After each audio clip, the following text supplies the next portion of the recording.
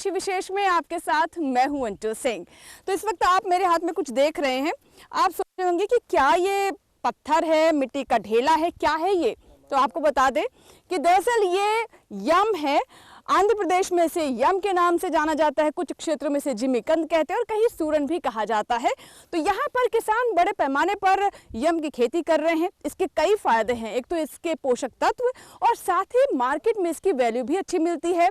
साथ ही इसमें किसी तरह के भाव को लेकर उतार चढ़ाव नहीं रहता है और किसान इसे सेफ क्रॉप की तरह देखते हैं। तो इस वक्त मैं हूँ आंध्र प्रदेश के कृष्णा जिले में और कृष्णा नदी यहाँ से कुछ ही दूर पर है। तो आप समझ सकते हैं कि यहाँ की मिट्टी भी कितनी उपजाऊ होगी। तो कैसे किसान इसकी खेती कर रहे हैं, कैसे इससे लाभ कमा रहे हैं और कैसे करें सूरन की खेती, देखते हैं आज के कृषि विशेष में।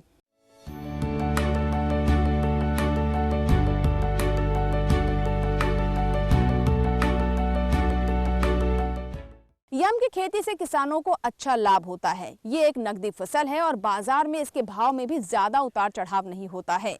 साथ ही इसके अलावा ट्रांसपोर्टेशन में भी इसमें काफी सहूलियत रहती है। इसके साथ ही हमारे किसान ग्रेडिंग करके अच्छे भाव भी प्राप्त कर सकते हैं।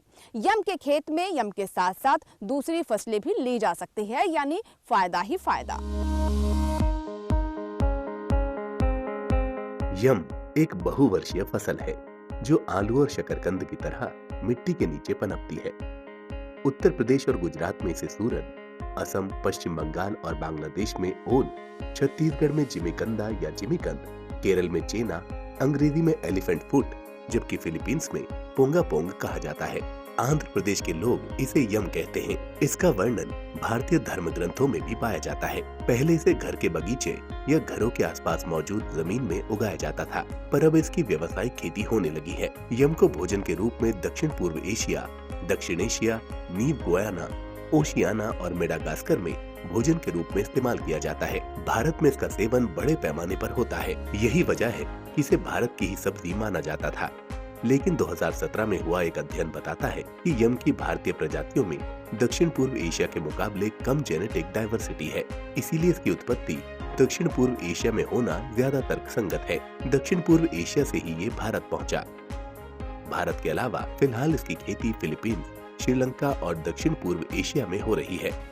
Yam matlab it is nothing but elephant foot yam that is mostly cultivated in different parts of our country. It is especially cultivated in Andhra Pradesh, Tamil Nadu, Telangana, Karnataka, Maharashtra और बिहार और waste Bengal में भी इसका खेती हो जाता है। और स्टैटिस्टिक्स देखने में हमारा कितना एरिया में कल्टिवेट करता है, कितना प्रोडक्शन देता है, ये सब देखने में हमारा यहाँ कल्टिवेशन देखने में as per ministry of agriculture first release advance estimate of area and statistics 2021-22 को देखने में हम ये 35,000 हेक्टेयर में इसका कल्टिवेशन किया जा रहा है और इसका प्रोडक्शन 8,19,000 टन्स मिल रहा है। वही हम हॉर्टिकल्चर, नेशनल हॉर्टिकल्चर बोर्ड का स्टैटिस्टिक्स देखने में वो किया है 2018 में। उसका स्टैटिस्टिक्स देखने में वो 30,000 हेक्टेयर्स में कर रहा है और इसका प्रोडक्शन था 7,44,000 टन्स दिया था। सो एरिया एंड प्रोडक्शन देखने में हमको ये पता चल रहा है कि एरिया और production both year after year बढ़ते जा रहा है और इसको कई नाम से बोलने जाता है। और हमारे इंडिया में डिफरेंट स्टेट में डिफरेंट लैंग्वेजेस में इसका डिफरेंट नेम्स होता है। वो सूरन बोलता है और चना बोलता है, कंदा गड्ढा इन तेलुगु बोलता है और सुवर्ण गड्ढा बोलता है। There are different local names for this crop. Yam की खेती के मामले में आंध्र प्रदेश भारत के प्रमुख राज्यों में गिना जाता है। यहाँ के कई हिस्सों में इसे व्यावसायिक फसल के रूप में उगाया जा रहा है, खास तौर से कृष्णा जिले में। మాది భద్రాద్రిపాలెం అండి, తోటలూరు మండలం, కృష్ణా జిల్లా। మేము అంతా రైతువారీ కుటుంబం। हम लोग यहाँ कृष्णा जिले के इस क्षेत्र में ज़्यादातर यम की खेती करते हैं। इसकी खेती आसानी से होती है, जानवर या किसी अन्य के द्वारा नुकसान भी नहीं होता है। हम लोग इसकी खेती ज़्यादा इसलिए भी करते हैं क्योंकि इसके साथ हम अन्य फसलें भी लगा लेते हैं। जैसे कि आप देख रहे हैं कि हमने यहाँ यम की खेती के साथ दालें भी लगाई हुई हैं। अगर इसमें से एक फसल से भी कम उत्पादन होता है तो दूसरी फसल से हमारी उत्पादन और कमाई की भरपाई हो जाती है। इसलिए नुकसान नहीं होता है, फ़ायदा ही होता है। इसके अलावा यातायात में इसे आसानी से एक जगह से दूसरी जगह पर ले जाया जा सकता है। Especially the yam is very commercial crop in the parts of Andhra Pradesh, especially in Krishna district. So the farmers are very innovative in this district, and of course the rice is the major crop. They go for turmeric, mango, chilies, cotton and all these crops. And yam is a few farmers, it very remunerative and commercial crop, this elephant foot yam. And because of its high returns, the farmers of Krishna district in Andhra Pradesh, they go for this yam, and very good varieties, genetically improved varieties are available from Horticulture University. And the farmers of Krishna district, as a part of diversification of rice crop in this Krishna district under Krishna river, Godavari and Krishna rivers, under part of diversification, these horticulture crops are being promoted, and this turmeric and yam are very important crops, and the yam is one of the very commercial crops. Farmers are getting at least a minimum of 1 lakh net profit per hectare in this Krishna district, and which is one of the best innovations, farmers innovations, and supported by the government of Andhra Pradesh.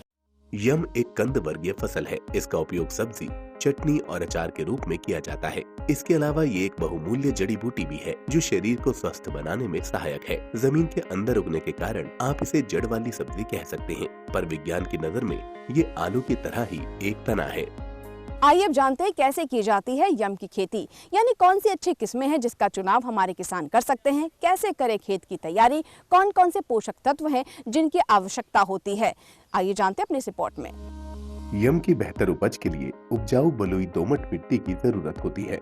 बिल्कुल ही रेतीली और चिकनी मिट्टी इसके लिए सही नहीं है। कंद ही इसका बीज है। रोपाई से पहले बड़े कंदों को छोटे टुकड़ों में काटा जाता है। काटते समय ये ध्यान रखना जरूरी है कि हर टुकड़े में कम से कम एक गांठ अंकुरण योग्य हो। एक कंद से 6 या 8 टुकड़े बनाए जा सकते हैं। टुकड़ों के कटे भाग पर थोड़ा गोबर लगा दें, इससे टुकड़े के सूखने की आशंका नहीं रहती। अगर एक कंद का वजन ही 500 ग्राम हो तो उसे बिना काटे भी बोया जा सकता है। कंद के टुकड़ों को 30 सेंटीमीटर लंबे, 30 सेंटीमीटर चौड़े और इतने ही गहरे गड्ढे में बोया जाता है। बोने से पहले ही अगर टुकड़ों में अंकुरण नजर आए तो उन्हें हटा देना चाहिए। वैसे तो इसकी बुआई सितंबर में होती है, लेकिन फरवरी और मार्च में बोने के अपने ही फायदे हैं। The planting season is most of the farmers will do in the month of May, but in some cases farmers will do planting in the month of February and March because it has a element that is dormancy. Elephant foot yam will have dormancy for about 4 to 5 months. So this dormancy period, farmers take advantage of this period and they will sow the crop in the month of February and March. So with the help of pre-monsoon showers, the crop will sprout and continue the next crop. इसमें आमतौर पर जिमीकंद, भृंग और तंबाकू की सुंडी जैसे कीट नुकसान पहुंचा सकते हैं। साथ ही झुलसा रोग और तना गलन का भी अंदेशा रहता है। झुलसा बैक्टीरिया जनित रोग है। आमतौर पर इसका खतरा सितंबर-अक्टूबर में रहता है।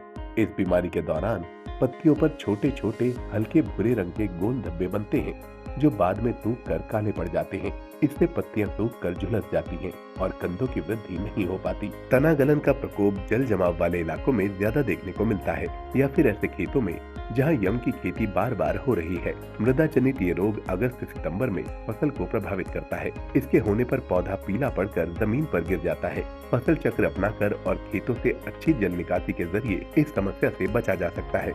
यम की फसल को सिर्फ 3 बार पानी लगाना पड़ता है। बरसात के मौसम में आमतौर पर सिंचाई की जरूरत नहीं पड़ती। कम लागत और अधिक मुनाफे की वजह से ही जिमीकंद की अब व्यावसायिक खेती भी की जाने लगी है। अच्छी उपज के लिए 10-15 क्विंटल गोबर की सड़ी खाद, 80 किलो नाइट्रोजन, 60 किलो फास्फोरस और 80 किलो पोटाश का इस्तेमाल करें। फास्फोरस की सारी मात्रा, नाइट्रोजन और पोटाश की 1/3 मात्रा बेसल ड्रेसिंग के रूप में और बाकी मात्रा 2 बराबर भागों में बांट कर देनी है।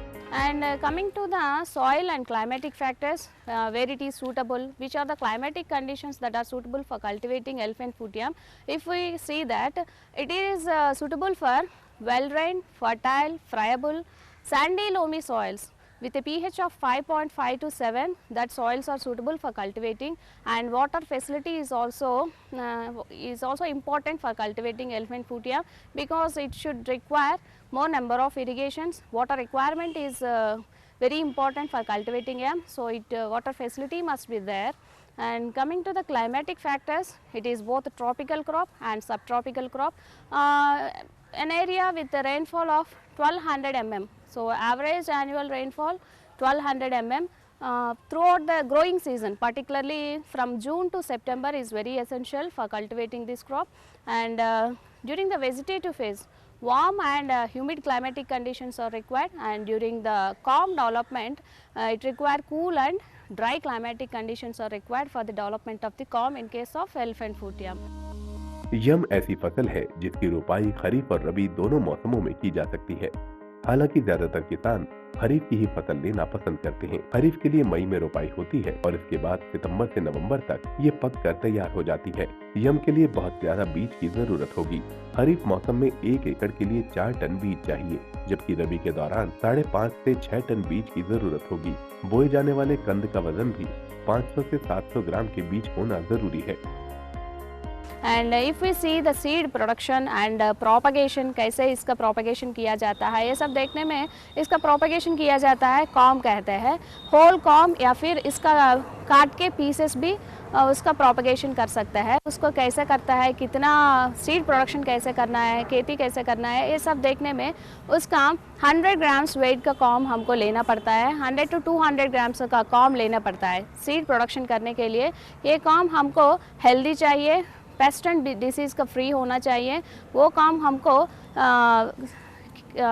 स्पेसिंग, कितना से स्पेसिंग में डालना किया, मतलब 100 ग्राम्स ऑफ कॉम लेके which is healthy, free from pests and diseases, that has to be planted in the soil at a distance of 45 centimeters between the rows and 30 centimeters between the plants. In this way, we have to plant the corms. From that, we will get seed material, that is planting material of weight 400 to 750 grams of corms we will get from that, and these are the material that we can use for the planting material. कितना seed rate होना चाहिए, कब planting करना चाहिए, सब देखने में खरीफ और रबी दोनों में प्लांटिंग करना चाहिए, प्लांटिंग कर सकते हैं। और most of the farmers will go for kharif crop, मतलब मई में उसका सोइंग किया जाता है और नवंबर तक, सितंबर नवंबर तक crop reaches its maturity, and some of the farmers will also go for rabi season crop. If we are going for kharif season crop, near about 4 tons per acre seed rate is required, and the weight of the corm should be 350 to 400 grams. Each corm weight should be 350 to 400 grams. If we go for rabi season crop, 5.5 to 6 tons per hectare seed rate is required, and the corm weight should be 500 to 700 gram. In this way, we have to produce the seed material, and the seed rate is higher in case of elephant foot yam. बुआई के बाद पुआल से mulching कर देनी चाहिए। बुआई के 25 से 30 दिनों के अंदर पौधे उग जाते हैं। 50 से 60 दिनों बाद पहली और 80 से 90 दिनों बाद दूसरी निराई करें। निराई गुड़ाई के समय पौधों पर मिट्टी भी चढ़ाते जाएं। ये फसल 7 से 8 माह में तैयार हो जाती है। जब पत्तियां पीली पड़कर सूखने लगें तो इसकी खुदाई कर लें। खुदाई के बाद कंधों पर लगी मिट्टी को अच्छी तरह साफ कर दें और 2-3 दिन धूप में रखकर सुखा लें।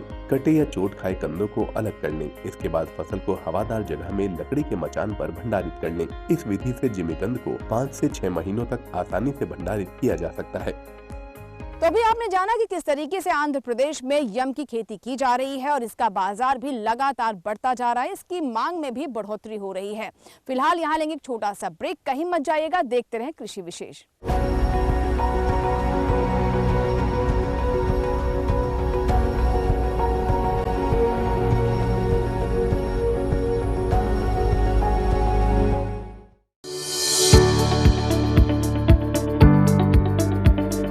कृषि और पशुपालन है एक दूसरे के पूरक। घर आंगन से लेकर व्यावसायिक फार्म तक, मुर्गी पालन से लेकर रेगिस्तान के जहाज तक। बीमारियों से अब पशुपालक ना हो परेशान। विशेषज्ञ करेंगे आपकी समस्या का समाधान। जुड़िए हमसे पूछिए अपने सवाल। ईमेल के जरिए भी आप हमारे साथ जुड़ सकते हैं। हमारी ईमेल आईडी है ddkisanapc@gmail.com। हमारे टोल फ्री नंबर हैं 1800-113060 और 1800-113061।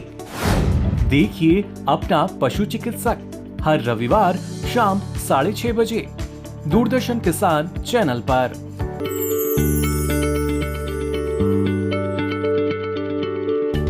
क्या आप किसी बीमारी से परेशान हैं? चाहते हैं डॉक्टर की सलाह? तो हम हैं आपके साथ, बताएंगे आपको जीने की राह। समस्याएं आपकी, समाधान देश के मशहूर विशेषज्ञों के।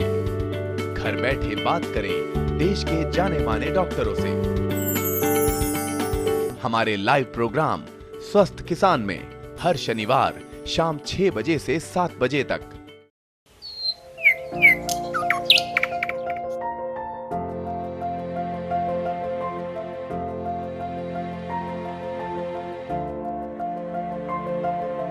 कहाँ होगी बारिश, किस जगह पड़ेगी बर्फ, कहाँ रहेगा कोहरा, कैसा रहेगा तापमान, पर्यटन स्थलों पर क्या रहेगी मौसम की स्थिति। जानने के लिए देखिए मौसम खबर रोजाना शाम 7:30 बजे सिर्फ डीडी किसान पर।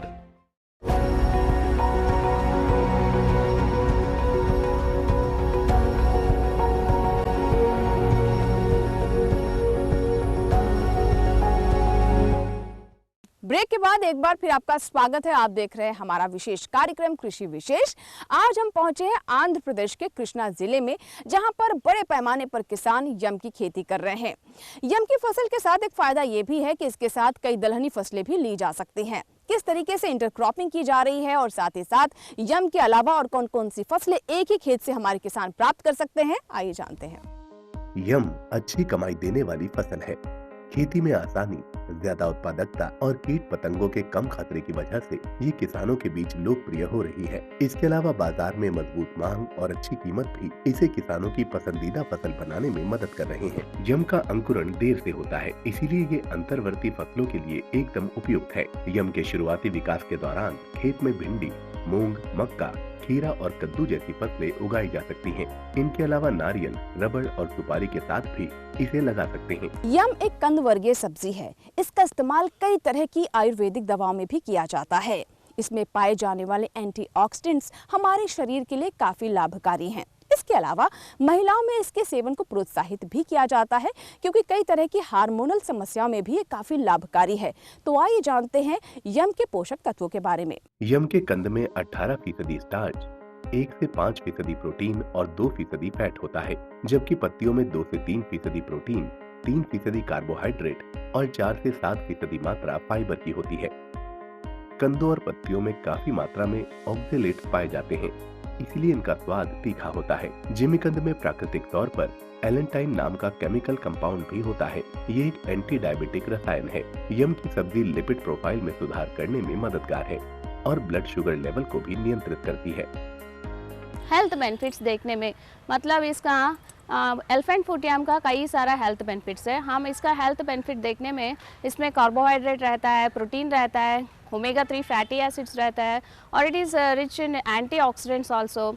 And in case of women, it is useful for the maintaining hormonal balance and even for diabetic patients, as it is contain less glycemic index hai, so it is useful for the diabetic patients also, and it is useful for liver cleansing, so it is also useful for liver cleansing, weight loss, and it reduces the risk of cancer. And not only this, different other properties also there, like it is good content of good composition of calcium, phosphorus. These mineral elements are also present in elephant foot yam. Bad cholesterol which is present in our body, it is also useful for reducing the bad cholesterol. It is also useful for the patients suffering from asthma and bronchitis. यम बागवानी फसल है जो आंध्र प्रदेश में किसानों के बीच अपनी जगह बना रही है। यहाँ की सरकार बागवानी फसलों को प्रोत्साहित करने का काम कर रही है। Yam is also one of the crop because people will like it. So because it is not much rain also required. So yam is something different. People are preferring that, but this is a small areas they are growing. There will be no maximum big profits, heavy huge profits, but there are for their survival people are preferring yam. It's good in some areas, and yam is, I don't know about other states, but people of Andhra likes yam and they will make preparations also in so many varieties. So yam is one of the important this thing in Andhra Pradesh. तो ये था हमारा आज का कृषि विशेष, जिसमें हमने आपको यम यानी जिमीकंद सूरन के बारे में विस्तार से जानकारी दी। आशा करते हैं कि आज के कार्यक्रम में जो जानकारियां हमने आप तक पहुंचाई हैं वो जरूर आपके लिए लाभकारी साबित होंगी। अगर आपके कोई सुझाव हैं तो आप हमें ईमेल कर सकते हैं, हमें पत्र भी लिख सकते हैं। हमारा ईमेल पता है ddkrishivishesh@gmail.com। आप हमें पत्र भी लिख सकते हैं। हमारा पता नोट कर लें, कृषि विशेष, कमरा number 59A, CPC, Doordarshan, Khelgaon, नई दिल्ली 110049। तो ये था हमारा आज का विशेष अंक, जिसमें आपने विस्तार से जानकारी ली यम के बारे में। इसी के साथ यहाँ लेंगे आपसे इजाजत। आप बने रहें दूरदर्शन किसान के साथ। नमस्कार।